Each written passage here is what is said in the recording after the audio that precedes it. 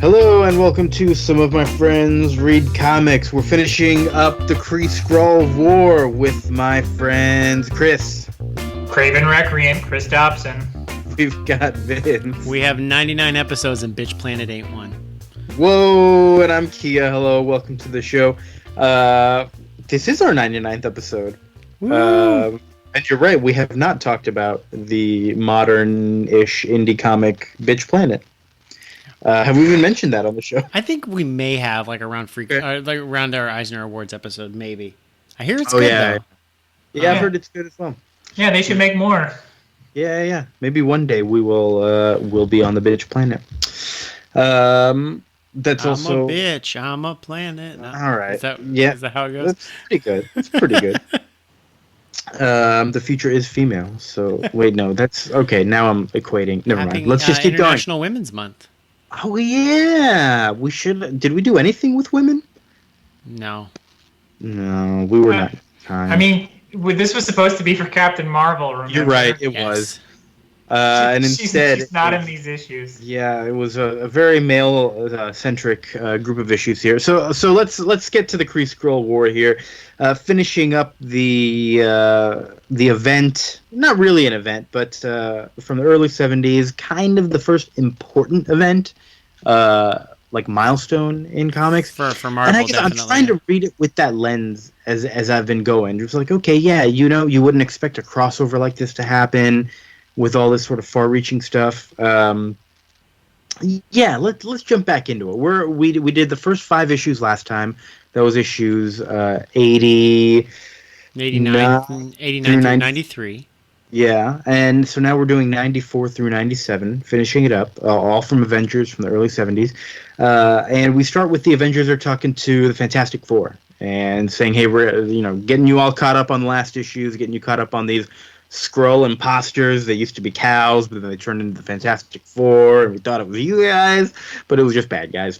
Actually, I really do like that this... I mean, I know that this was never, fully intended from 10 years earlier, but it's the second issue of Fantastic Four, the cows, the Skrulls that they defeated with, a dumb way to defeat them. We turned them into cows, and we brainwashed them. That's silly, right?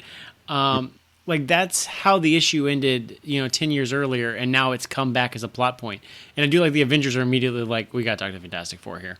I like that. It's cool. It makes the world feel more, as far as an event goes, and more it makes the world feel more tight.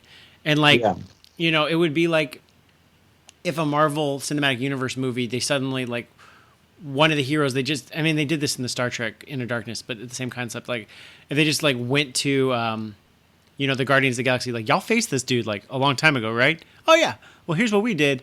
Oh, we fucked that up, and that's probably why y'all are gonna have this plot now. Sorry guys. And then and then the Guardians just fucked off for the rest of the issue. That would Yeah. It does feel like there's a lot of stuff coming back in these issues, whereas we read that Fantastic Four wedding issue where it's hey, and look who else is here, and everyone's here. But it was kind of hokey, and everyone's just kind of showing up.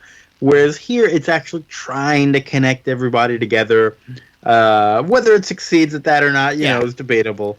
Yeah. But go ahead, Chris. And I'm not a fan of the Captain America well, Avengers, you should all read your reports and know all the villains. I think that's boring. Yeah. But I do think it's kind of interesting though. Oh yeah, I sort of know who this is. That sort of feeling that all the heroes and villains are oh yeah, I think I read the paper. I kind of know who that guy is. Yeah. I think that's cool. That it's just yeah, you kind of would know who this guy is, but you wouldn't be oh yeah, I know exactly who this is, because why would you know who that is? Yeah. Plus, I imagine again, comics back then, you have to be in that mindset of picking up an issue and no internet, and this is all the information you have about these people, and there's so much information about so many different people in these books, therefore they absolutely have to be the greatest, right? Yeah, so when the Vision later is oh yeah, I heard something about Black Bolt, he's never met Black Bolt. But they still have to be look, reader, we're not going to assume you know everything about what's going on in another comic that Black Bolt was in. Yeah, and there's a lot of stuff going on. So, let's jump into it. Vision goes off to fight the Super Skrull. He doesn't go to fight the Super Skrull. Oh, you're right. He like me. I took some quick notes. A lot of stuff flying around, and there was like so much text. I started skipping through it. I got to be honest here. There was a lot of it. I do love it though because the Super Skrull is like, "You think you can fight me, Vision?" He's like, "Actually, no, I don't," and just and just floats away. And Super Skrull's like, "You coward!" Well, I love it because they're like fighting like. It's a stalemate because the Vision can turn intangible and the Skrull is invisible, so neither one of them is going to be able to lay a hit on each other. And one of my favorite lines is like, the Vision says, "So it is a stalemate between us, Skrull." And then the Skrull just goes, "Is it Android?" And then in all caps, "Is it?" Because then he hits the gas pedal on their spaceship, so it's going into outer space, and Vision's like, "Well, shit, I'm getting off the spaceship." He like pulls a lever that makes some big explosion or something like that. Doesn't that happen? He basically just hits the gas pedal. Yeah, he tries to blow up the Inhumans, and their force field stops him. Oh, okay, yeah. And then when that doesn't happen, he's like, "I'm getting out of here." There's a lot going on. I like there's a lot. The finger on the button. In the end, will it matter if that hand was alien or green or Protestant? Right. What was that? What was that? Protestant?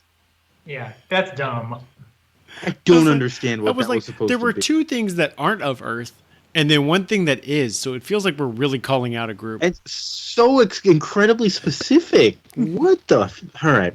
Like it's like this. Like it wouldn't matter if it was Shi'ar or from the stars or something or a specific race. And I'm like, whoa, guys, like, calm down. Yeah.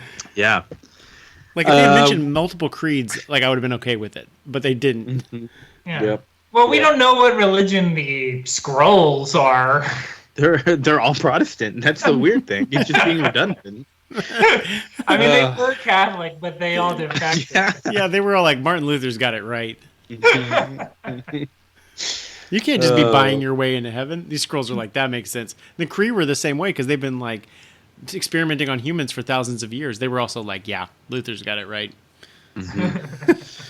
So really, yeah, they got nothing to fight over. Yeah, that's why they hate each other so much. They're so much alike.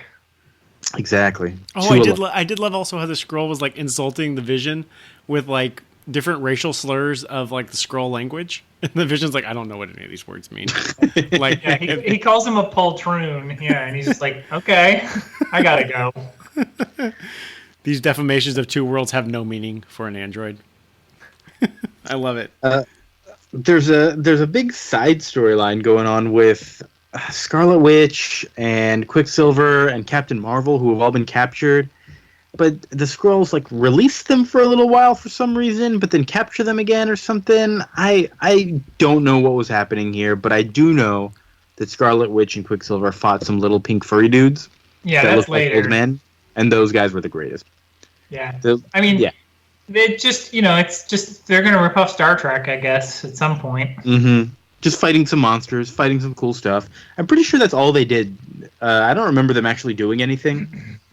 Yeah. Yeah, they don't really do a whole heck of a lot. They're just kind of there with Captain Marvel, and then it's they go to the Skrull planet, and the Skrull King, the Super Skrull is like, well, I'm going to use these guys and Captain Marvel as like pawns in my scheme to like get ahead, and then the Emperor or the King is like, no, like they're my hostages now. I don't like the Super Skrull. He's going to go to jail. All the stuff with the Skrull King was really cool. I did like the Skrull King. I don't remember any of the details. It was just like, I'm an angry king. Attack. Daughter, I don't care about you. And his henchmen and his the three people like at the computer like executing all of his orders like, okay, sir. I thought that was really funny. Yeah. I did like the aspect with this H. Warren Craddock guy who was like an asshole Republican. That's the perfect name for an asshole Republican, right? Yes. H. Warren Craddock. Yes. He's like a military guy. Is he he's part of SHIELD? He's like a head of SHIELD? No, I mean he's just like a senator or a congressman. Okay, that's okay. I don't also know if he was a Republican. I know I've been watching Twitter go back and forth. In 1971, I'm not sure when the Southern strategy had gone at this point, but he is definitely it had. Okay. So. Oh, you're right. I should say conservative. I'm sorry. Yeah. I mean, Nixon is elected in 68, gets reelected in 72. Okay, cool. So, but yeah, definitely like shades of McCarthy, I think is what we had said. Right. Yeah. He's very persuasive though in getting people to like hate aliens, and then associate the Avengers with supporting aliens. So the world's in a fury and a frenzy over that. I also have a panel just like randomly in here that's that says it's like watch it, Tony baby, and I don't remember what it's. Okay, Diana, we're gonna need to make you. Do we need to make you more bottle? Okay, hold on just a sec. Sorry, guys. I got her, boo. All right.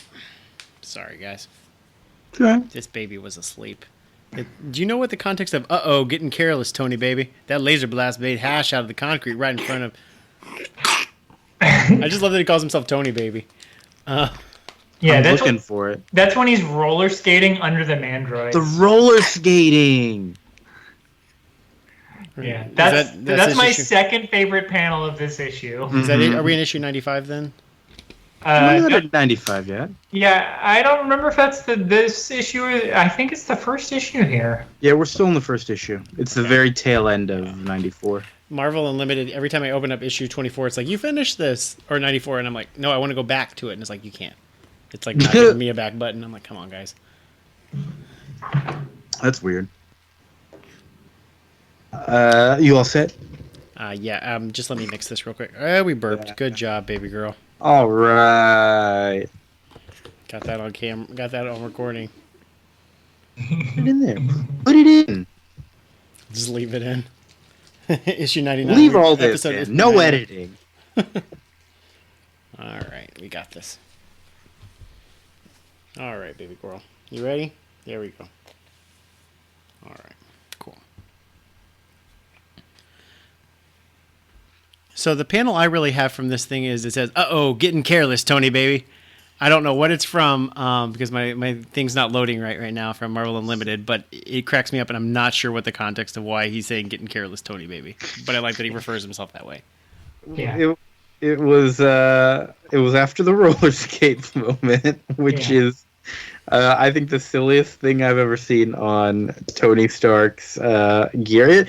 It feels more like Inspector Gadget gear than Iron gear, you know? Yeah. But he's like zooming around on roller skates for some reason, and like a laser almost gets him. He says, "Uh-oh, getting careless, Tony baby." Yeah.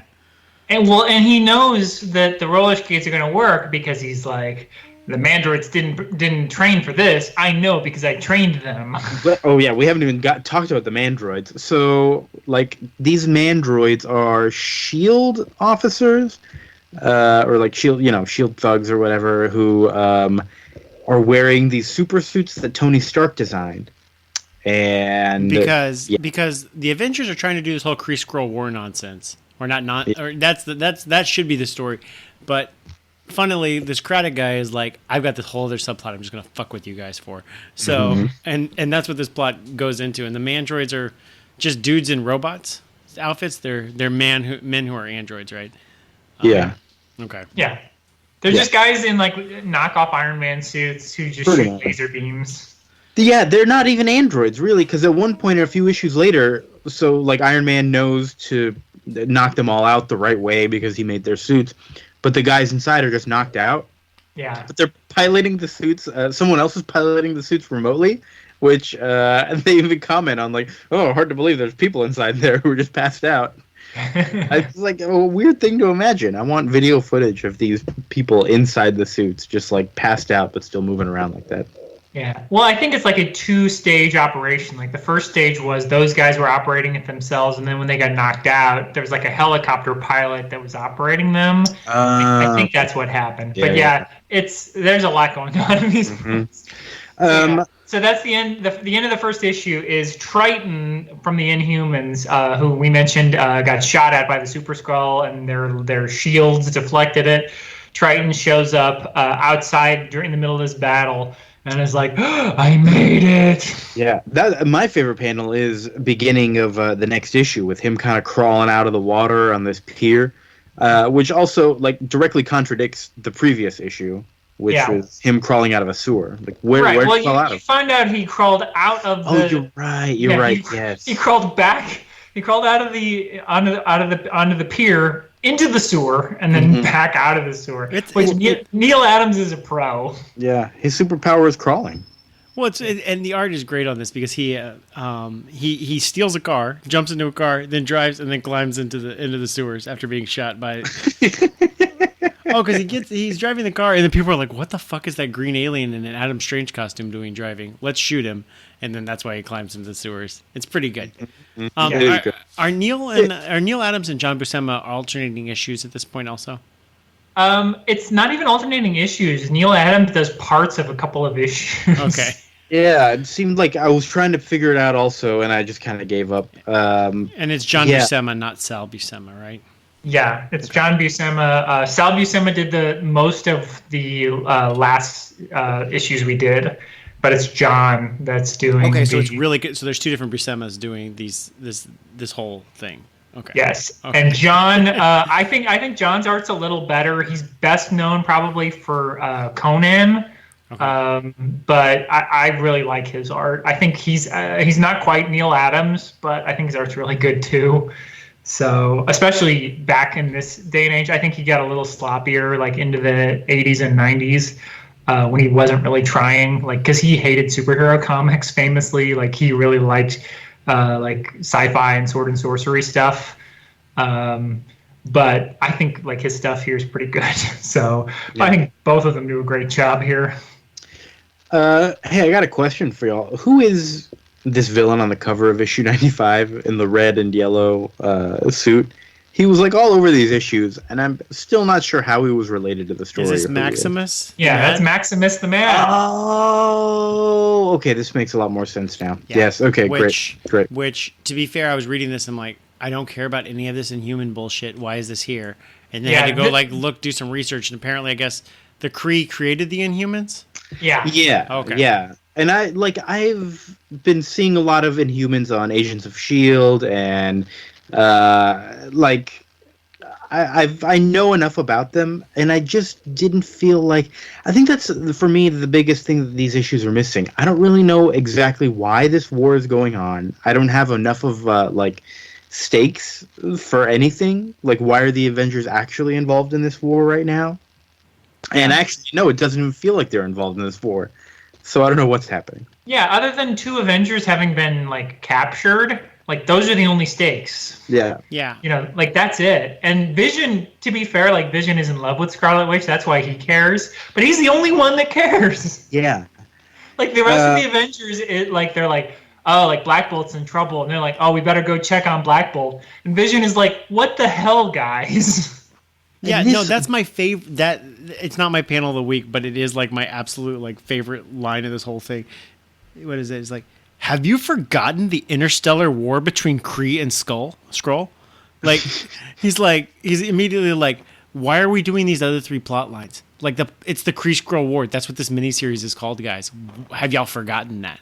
Yeah, like I'm like, yes, thank you, Vision. Vision's the only one who knows what's going on about any of this. He at one point when Triton is like trying to like fill them in on information from crawling out of the sewers, Vision's like, spare us all but the essential details. And then I like Iron Man's thinking afterwards, like, the android's voice so icy, like he couldn't care less about.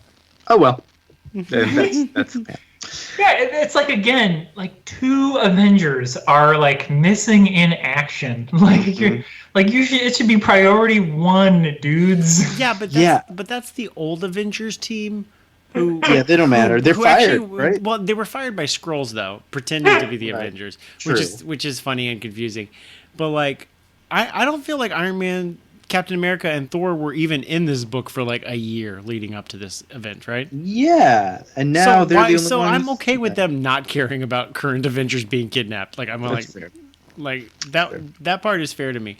I think the reason, also the thing is, I hear Kree Skrull War, and I don't see two armies like facing each other in the battlefield ever in this book. Yeah, ever. Right. It doesn't feel like a war.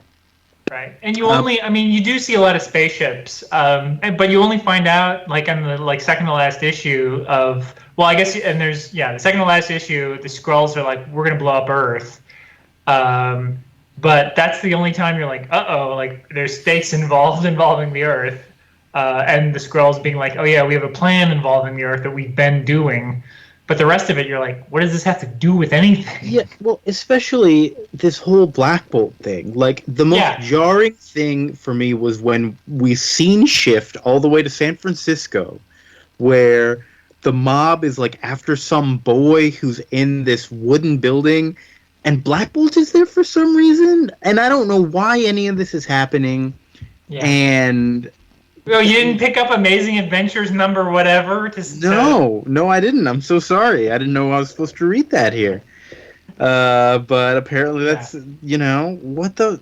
All right. Yeah, why does this Kree Skrull War have a filler issue? Because this issue is such a fill-in. Like, well, and then, I'm supposed to care about this little boy as well, because it's talking about all 6 people who are on the ship now, and it's Captain America, we got Rick Jones, we got Triton, we have Goliath, we have Joey, a little boy with no past and what future, and there's Black Bolt.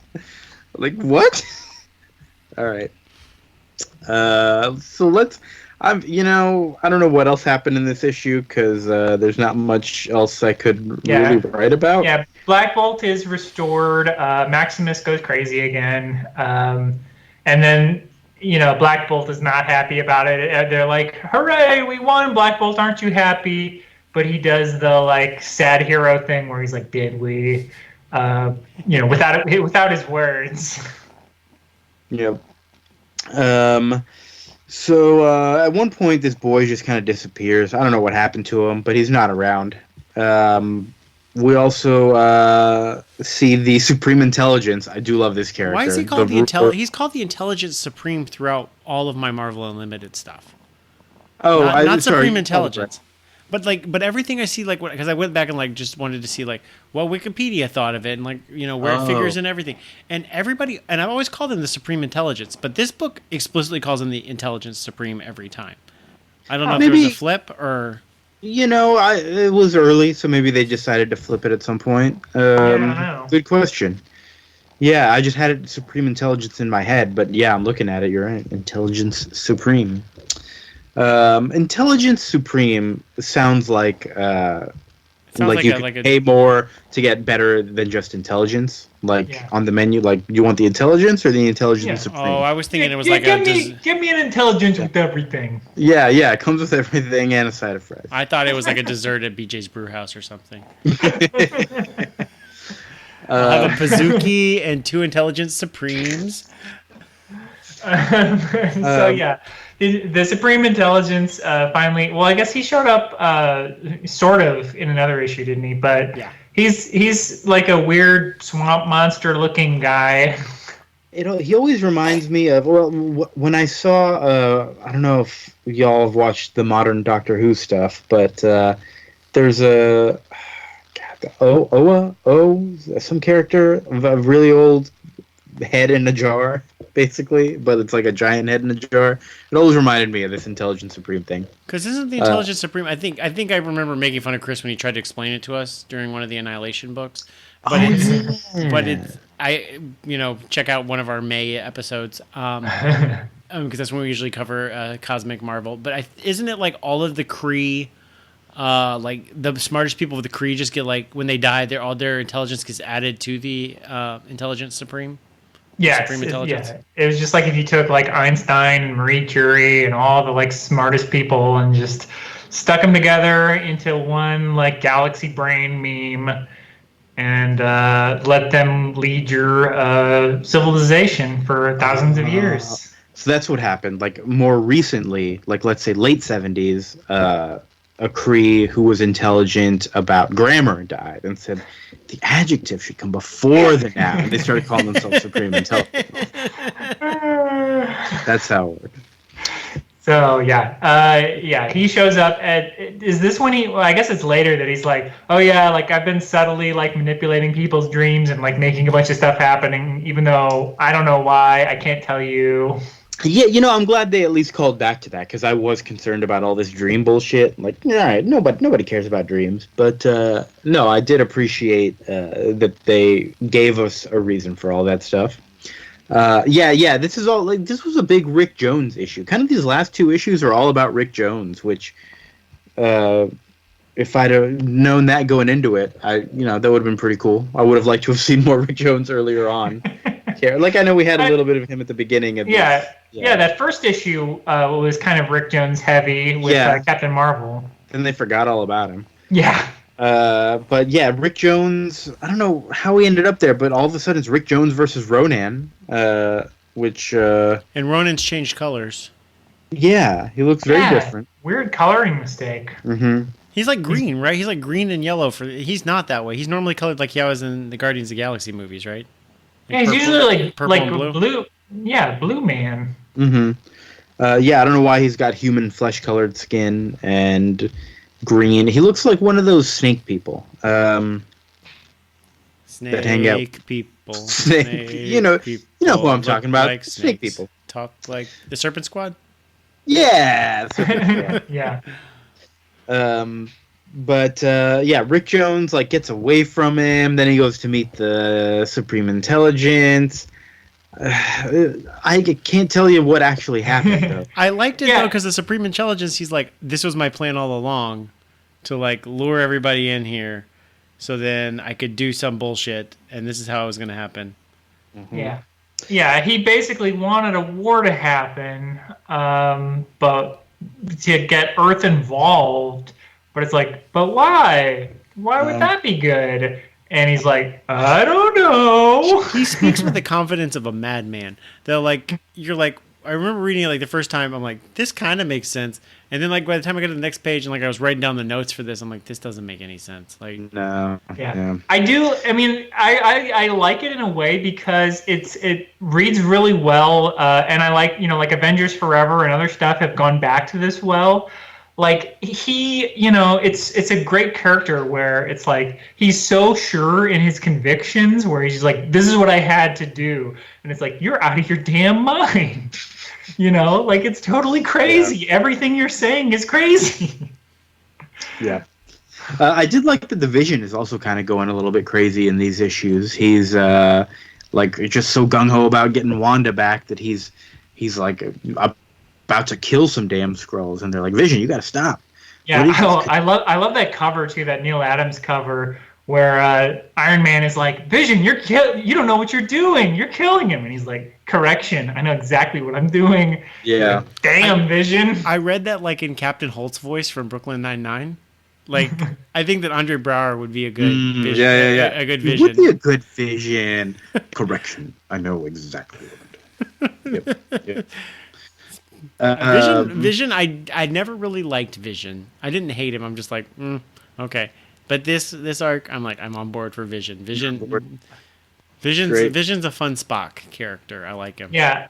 I'm a big Vision fan, and I think it was because I read this whole this was my introduction to the character, is reading from this to his and Scarlet Witch's wedding. I read all of this 12 years ago or 15 years ago. And, that was before, right around when Disassembled came out. And I was like, wow, Disassembled sure did him dirty. Yeah. Yeah, he was killed in that. Yeah, in a really stupid way. That's right. Because that was the first time I ever saw Vision was that. I'm like, okay, whatever. What? Yeah, because I hadn't read any Avengers. I was like, okay, there's Jack of Hearts. Okay, I don't know who this guy is. He played that game where he could shoot lasers and stuff. Yeah, but he was a different color that time, so I didn't make the connection. Oh, you're right. He was. Man, I played that game all the time at Sixties Pizza. Yeah, Captain America and the Avengers. I played that at Larsland, which was a nickel arcade. Yeah, that place was dope. But yeah, he was in a white costume, so I didn't recognize him. Oh yeah. That's it. I mean, he could have been Moon Knight for all I knew. Ooh. Yep. Have y'all played that new Moon Knight game? There's a Moon Knight game? No, I'm making it up. There is a Marvel Ultimate Alliance 3 coming out for Switch later this year, published by Nintendo exclusive. Okay, that's interesting. Exciting. I wish it was But anyway, between George Perez and Kurt Busiek, or Busiek, or however you say his name, basically like Busiek. I didn't know he was Busiek. Boozy. I've always heard Busiek, but that's how I'm pronouncing in my head. I didn't know there was a new one. That's interesting. I mean, I think his Twitter says like "boo," but redoing a lot of the like 70s stuff and then reading that the 60s and 70s stuff, I'm like, that made me a fan of the character. And this is so cool. Like, I really like, he is basically Spock. Yes, like I get it. But this whole arc is stealing so much from Star Trek. But I like it. It's still good. Yeah, it's all right. So I guess we're on to the last issue now. The cover looks pretty cool. Rick Jones conquers the universe, and we've got the Invaders on the cover. I don't know why I'm such a big fan of the Invaders. Like, there's something for like an old-timey comic trio. I feel like Captain America and Human Torch and Namor the Submariner. It's like a perfect little trio. You get a little bit of everything in there. There's like, the national hometown boy. You got a weird fire creature, doesn't care about anything. And then you got like the outcast in Namor, who's like sometimes disagreeing with you. Love me some Invaders. We got to read some Invaders at some point. See, mine is the Invaders because they showed up kind of not really in the Spider-Man animated series in the final season of it. Oh. There was like a weird time travel episode where Captain America, who had been missing since World War II, and he had like 3 old guys that were still alive at the time. Like, then they got their powers back for like all of like 10 minutes and then lost them again. But but I'm like, oh, Captain America's a legacy hero. That was my first time I ever knew Captain America. Not that arcade game. But so like I've always had a soft spot for the Invaders also. Although I'm like, why did we even have them here? Because they were literally here for like 3 pages and then gone. Yeah, well, it's like a whole thing where the entire human race has this like unlocked power, and Rick Jones has to unlock that power and like imagines all his childhood heroes that he loved, and they come pouring out of him, and I don't know. Yeah.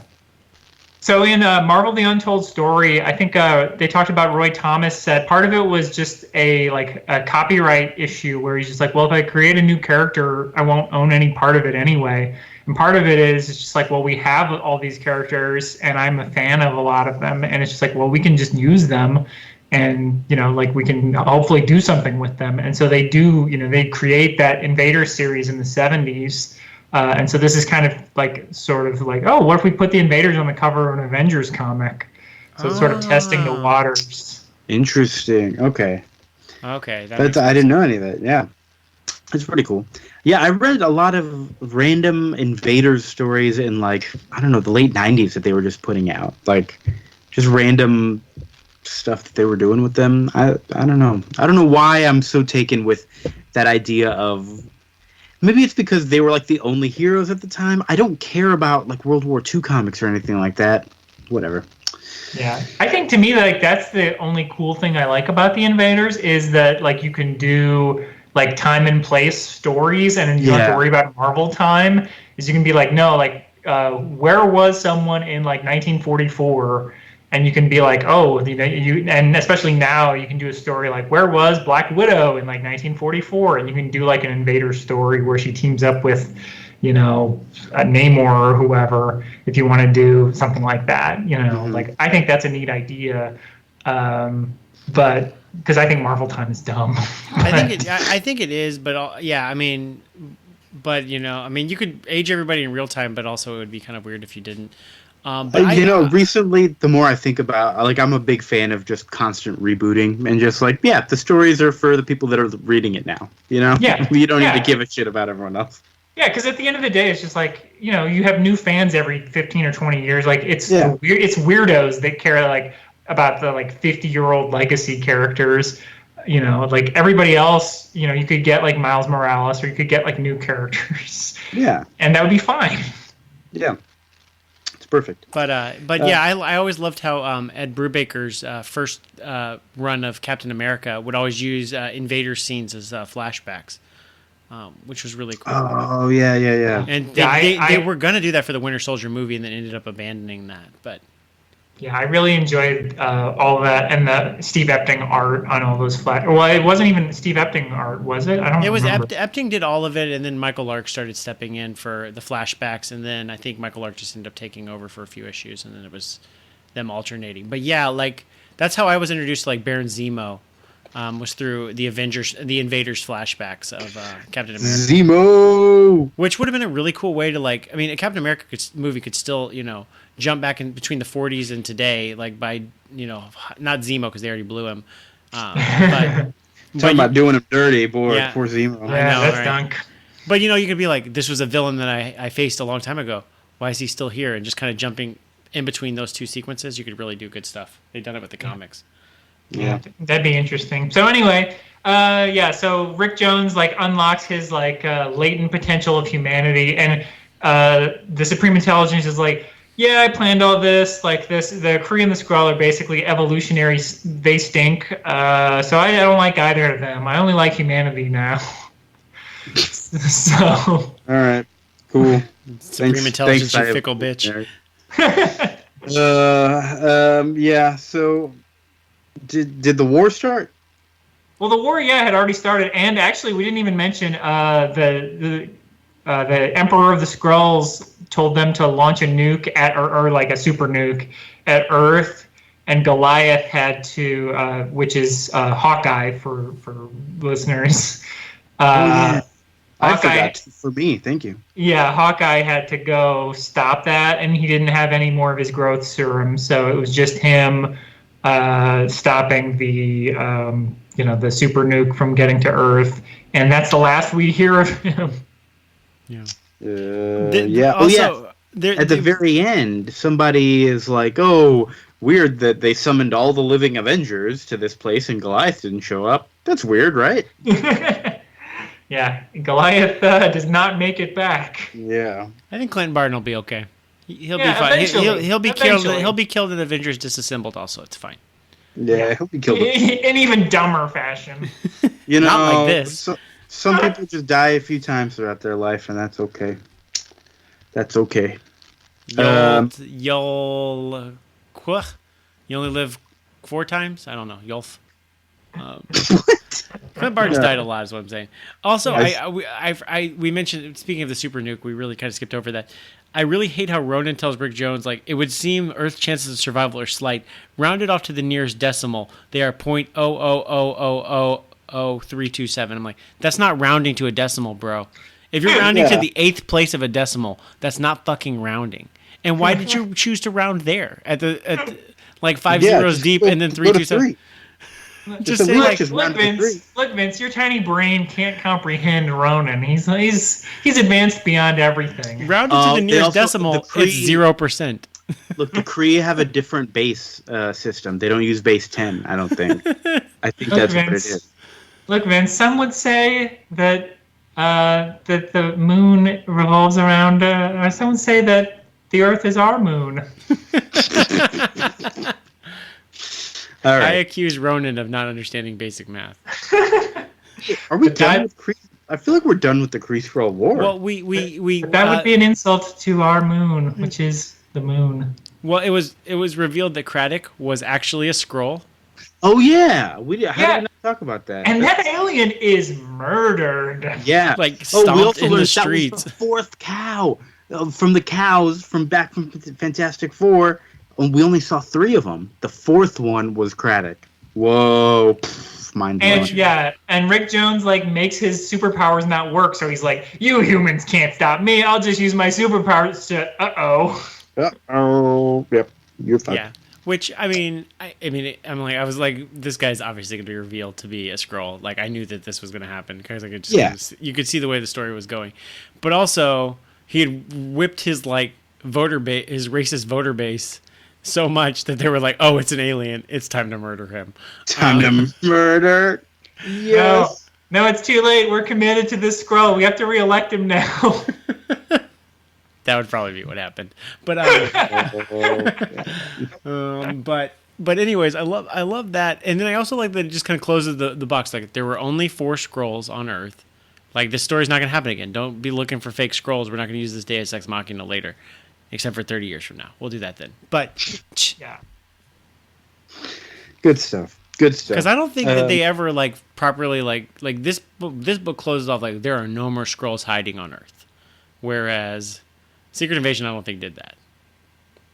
Yeah, I never read Secret Invasion, so it's I don't not know how good. it Don't ended. bother. Don't bother. It sucks. Yeah, so many people are like, "Where's Marvel going to go next?" I hope like a big story like Secret Invasion. I'm like, please no, not like this. It's so bad. It like the pacing of that. Like, if you think the pacing of this book, where they take an issue off, is bad, Secret Invasion takes like 5 issues off.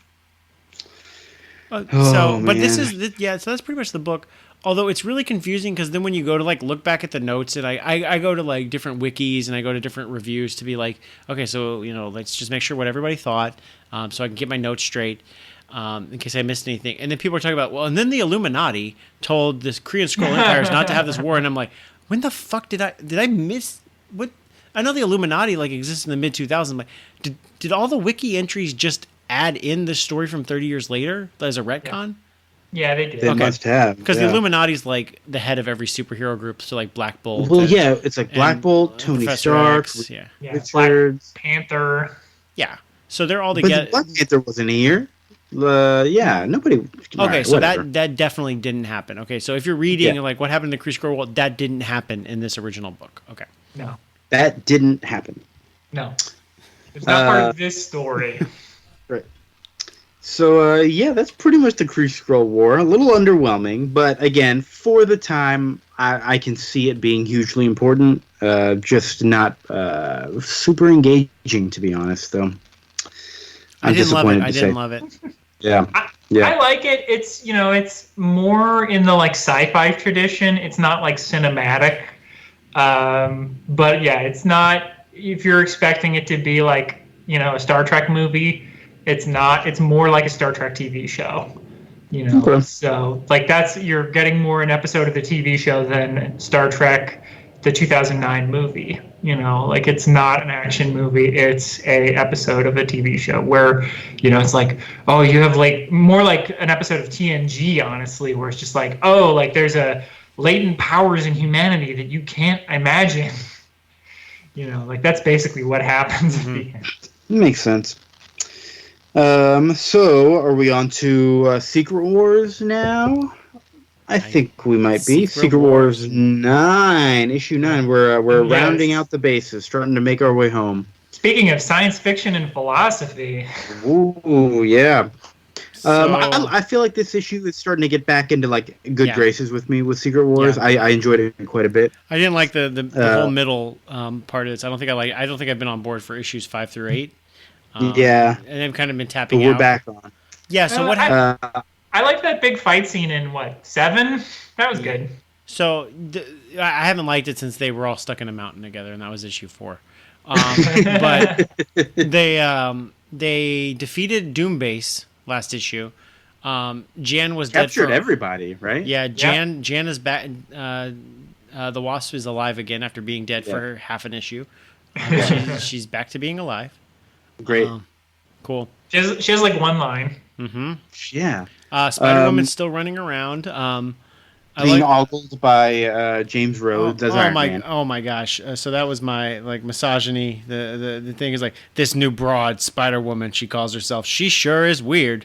She's awful quiet, and she never cracks a smile. And then I expect somebody to say, "Hey baby, why don't you smile a little more?" And then I'm like, "This is." And then he's like, "I don't trust her." And then like literally a panel later is like, "Why does nobody trust me? Why does everybody mean to me?" Well, when he also says, "I don't trust her. I'm gonna keep my eye on her," and she's got nice legs. Yeah. Which was very weird. Like, come on, man. And then Spider-Man's running around in his new suit. I know I'm jumping to page 8. It's all right. Spider-Man's I love jumping, that dude. Spider-Man, and he's like, I can shoot my webs again, which is great because y'all motherfuckers took my web shooter 5 issues ago, which I had forgotten. Yep. What was your favorite part so they could get out of the mountain? Exactly, but I don't know if I just tapped out, but I don't recall Spider-Man ever saying like, "Man, I really wish I had my web shooters right now," but y'all motherfuckers took right. them. It never came up again where he needed them but didn't have them. He just likes having them, okay? Yeah, on this like planet that doesn't have like very large like buildings right next to each other. They're not particularly effective. Look, man, like I played that. If you play that Spider-Man PS4 game, it's just fun to jump around and swing. I know. I would just like one. I would just like one moment where like Spider-Man just jumps off a building. Like, oh fuck. Like just forgot that he didn't have his web shooters. And just dislocates his shoulder trying to grab something. It's like, verily, I've got you, young man of the spider. That would have been a great moment. I would love to see him swing off of Thor. Yeah. Yeah, that'd be good. But he's got his powers, and then he immediately gives himself short shorts. Yeah, for the summertime suit. Pretty nice. That was a good panel. I jump. I guess we forgot. We skipped all the parts where like the X-Men are doing stuff, and they don't matter at all. They don't. In this book. But Nightcrawler jumps on. I don't even know what he does. He jumps on some type of ball, and he's like flying through the air and says "Bamf," which I know is for his like sound, but also could stand for badass motherfucker, which is cool. Yeah. And it goes, Nightcrawler, no, it's too dangerous. Teleport your butt back down here now. It's what, which is what Cyclops says, and that is my panel of the week because I just love the idea of telling Nightcrawler riding a giant ball like a horse, and somebody telling him to teleport his butt down. My panel of the week, other than the one with Triton crawling out of the water, I think is the one where Dr. Doom says, "Hey, Claw, I need you for something. Come here with me." And then he says, "I'm going to dissect you." He says, "I'm going to dissect you." It's like, oh boy, sounds fun. And it's not. He doesn't dissect him. He just slices him up like a piece of ham or something like that. He's just like cut up into portions. Still alive and like talking about how much he loves being dissected or whatever. Yeah. But that was weird.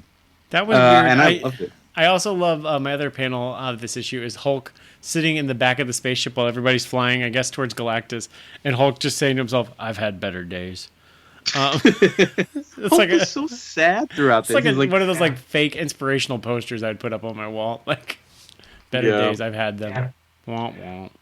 Yeah, it's funny. It's funny that both Hulk and the Thing are like basically going through the same thing because like the Thing turned back into Ben Grimm during the last battle and then had to like talk his way with the Lizard and Claw, and he's just like, "Oh, like stop hassling me, Johnny." But then like the second he gets annoyed by Johnny, he turns into the Thing again.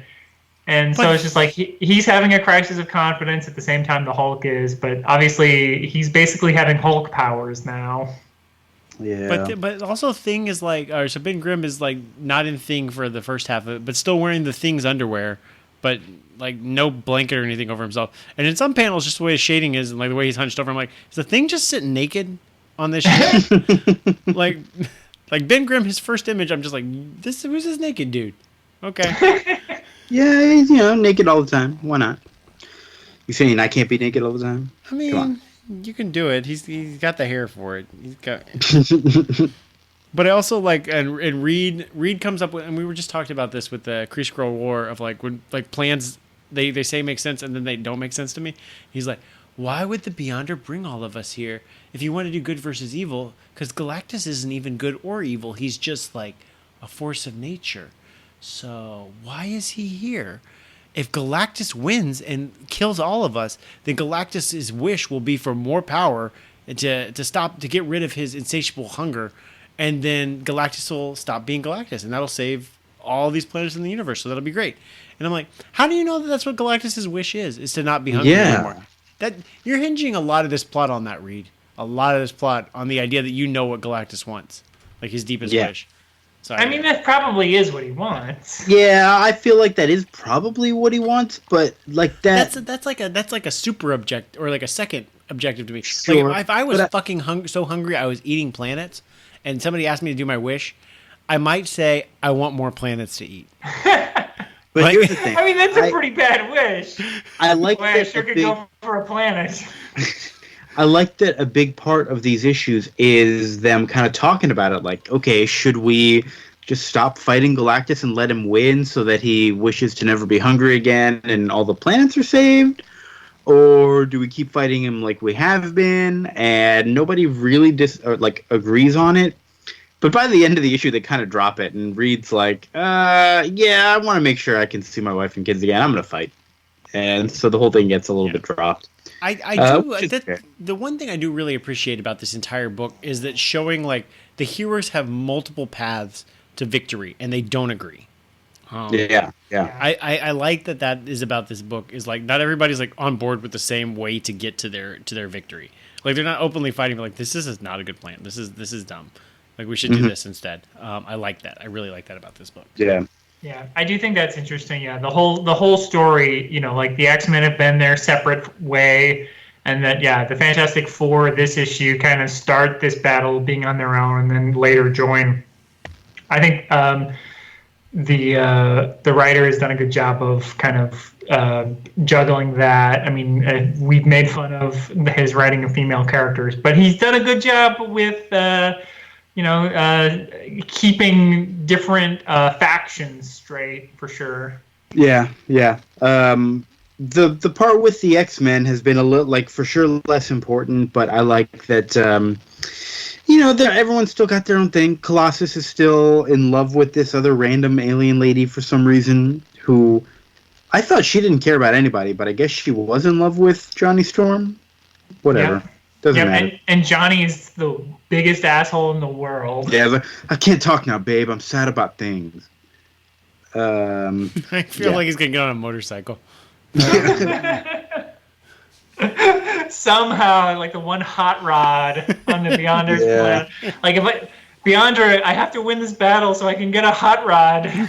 Is that what he would wish for? Just a hot rod? He would wish for something stupid like that. Oh, Johnny.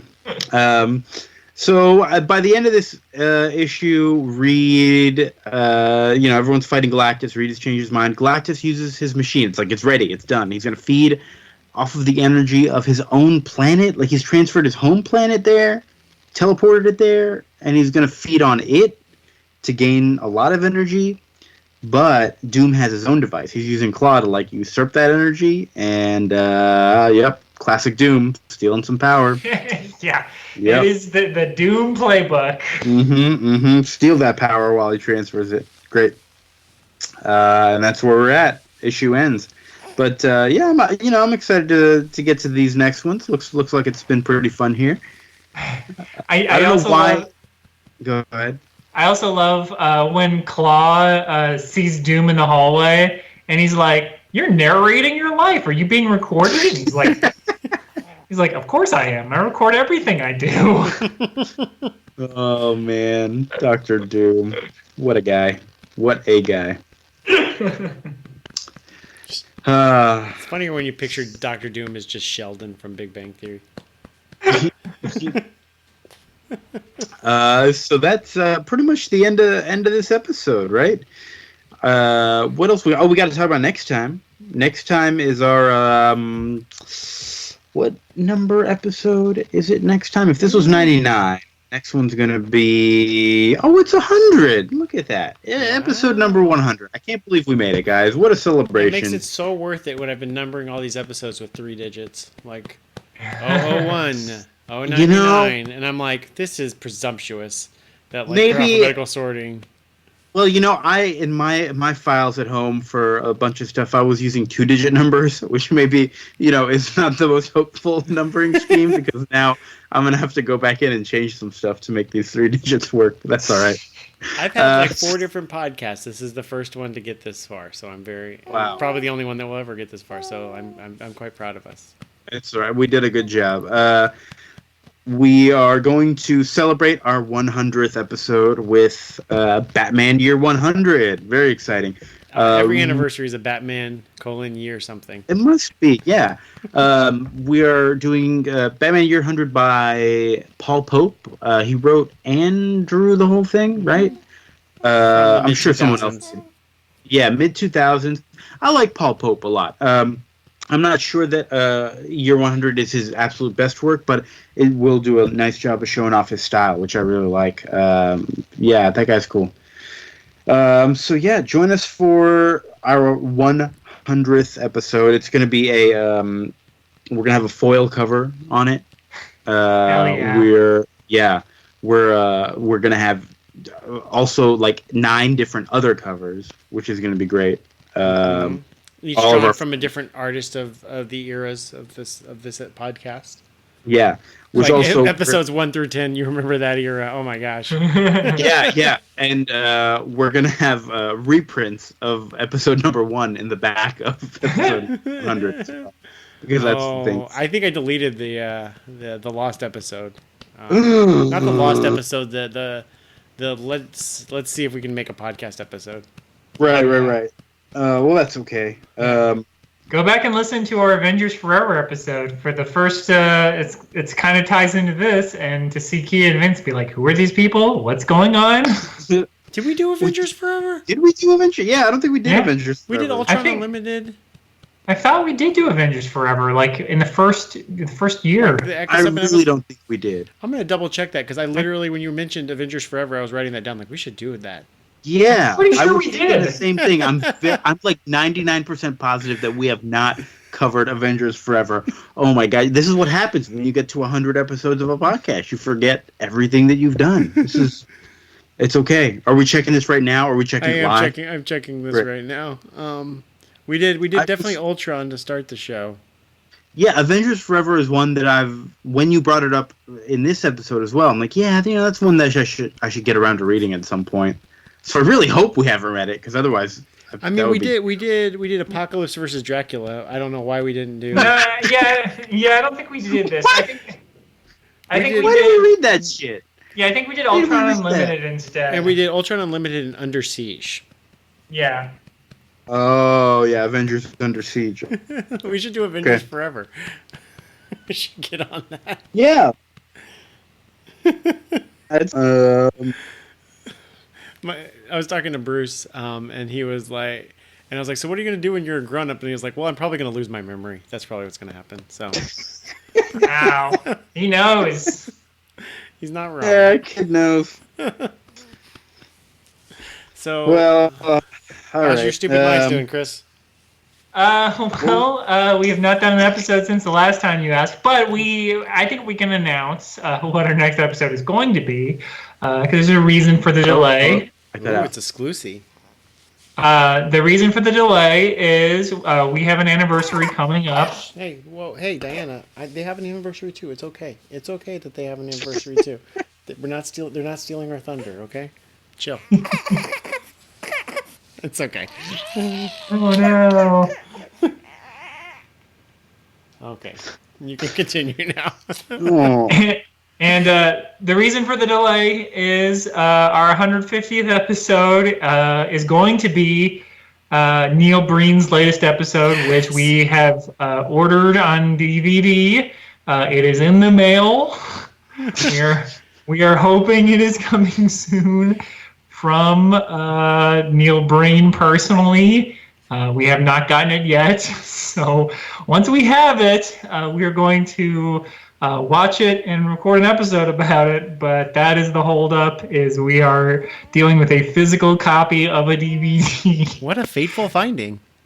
Yes, that we've covered Fateful Findings. We've covered Pass Through. I think we've done all of his movies. Was that your 100th episode was a Neil Breen movie? Yes, our 100th episode was a Neil Breen movie. We are big supporters of Neil Breen and his particular brand of insanity. So sticking with the format of the 150th episode makes sense. Unfortunately, it's just the timing has delayed us a little bit, but we'll get it. We'll get it soon, so it'll be fine. Alrighty. Great. It should be very exciting. I think my internet is dying. I don't know if you guys can still hear me. Yes, we can. Great. I lost y'all for a big chunk of that, but I'm glad I'm still here. So hopefully or maybe it's just my memory remain... and I'm getting old and I don't remember what happened while you guys were talking. That could be it. I don't know. Join us next time. We're reading. Did we tell them what we're reading? Yes, Batman Year 100. You told them. Okay, great. Old man Kia. Great, and thank you. Well, thank you, friends. All right, it's time to go. All right, let's unlock our true potential, everyone. All right, night, guys. I'm going to bed. I love you guys. Good night.